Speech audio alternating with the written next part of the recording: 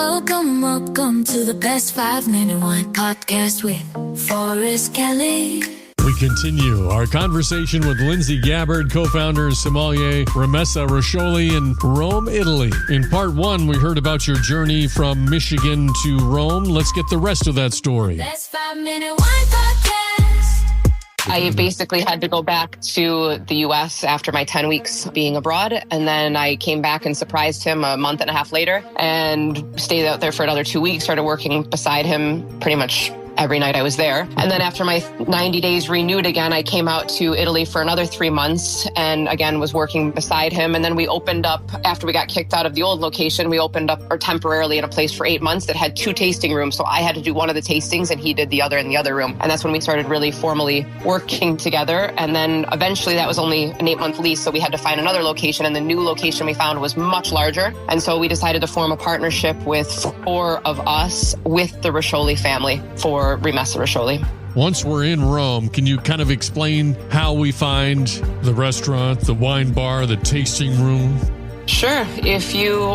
Most people would know Campo di Fiori. So if you come from Campo di Fiori, we're kind of, like I said, we're also still tucked away a little bit. We're not on our main restaurant, Salumeria Roscioli, is on kind of a main road there called Via di Giubenari. We are about 300 meters behind Salumeria Roscioli, going closer towards the Ponte Sisto. We're about a 3-minute walk from the Ponte Sisto, which is the bridge that connects Trastevere over towards Campo di Fiori. So you're doing all of these activities to make Rimessa Roscioli a success. I got to ask, how's your Italian? I'm still learning it every single day, but I didn't know any before I came. So it's really been just since I've got here. But even the first 5 years, I was mainly speaking in English because I host the wine tastings in English, and Sandra and I spoke in English. And you can really get around in Rome without having any Italian. So really, it's not until the last few years that I really started speaking it. Once you arrive at Rimessa Roscioli, there isn't a lack of things to do. You've got tastings, you've got the restaurants, you've got cooking classes, got the food tour, you've got private groups.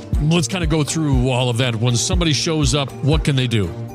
Oh, gosh. Well, our dinner service actually starts at 5 p.m. We host one of our wine and food pairing dinners at 5 p.m. and at 8 p.m. And then we also offer an a la carte service at 7 p.m., more or less at 9 p.m. So we probably have, 100 seats or so in our location. So If you can do the math there, a few turns, we have a couple hundred people coming through. Probably about an average 170, at least in the evenings. But we're also open during the day for cooking classes. So if you add that on top, we kind of just don't stop.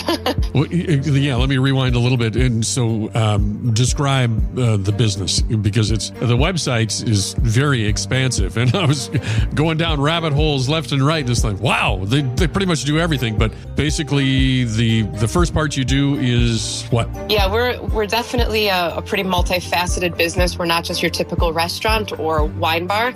We were born from the idea of a fixed menu of wines and foods which were paired together. 6 wines paired with different foods and a plate of pasta, tiramisu, etc. So that was the way we were born for about 8 or so years.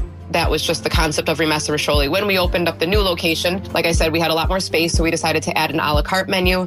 We also offered extra virgin olive oil tastings. We have now cooking classes throughout the day. We then also, after probably about 7 years ago at this point, we also created the Roscioli Wine Club. So beyond just all the services that we do in our Rome restaurant and location, people who want to kind of continue their journey with all that we do can also subscribe to our wine club, and we ship 24 wines per year from similar concepts of all the wines that we work with in the restaurant, all artisan wines from smaller producers.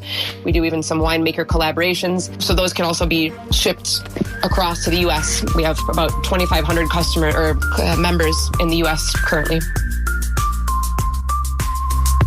The Best 5-Minute Wine Podcast. Don't forget my favorite part. Please like and follow. Oh.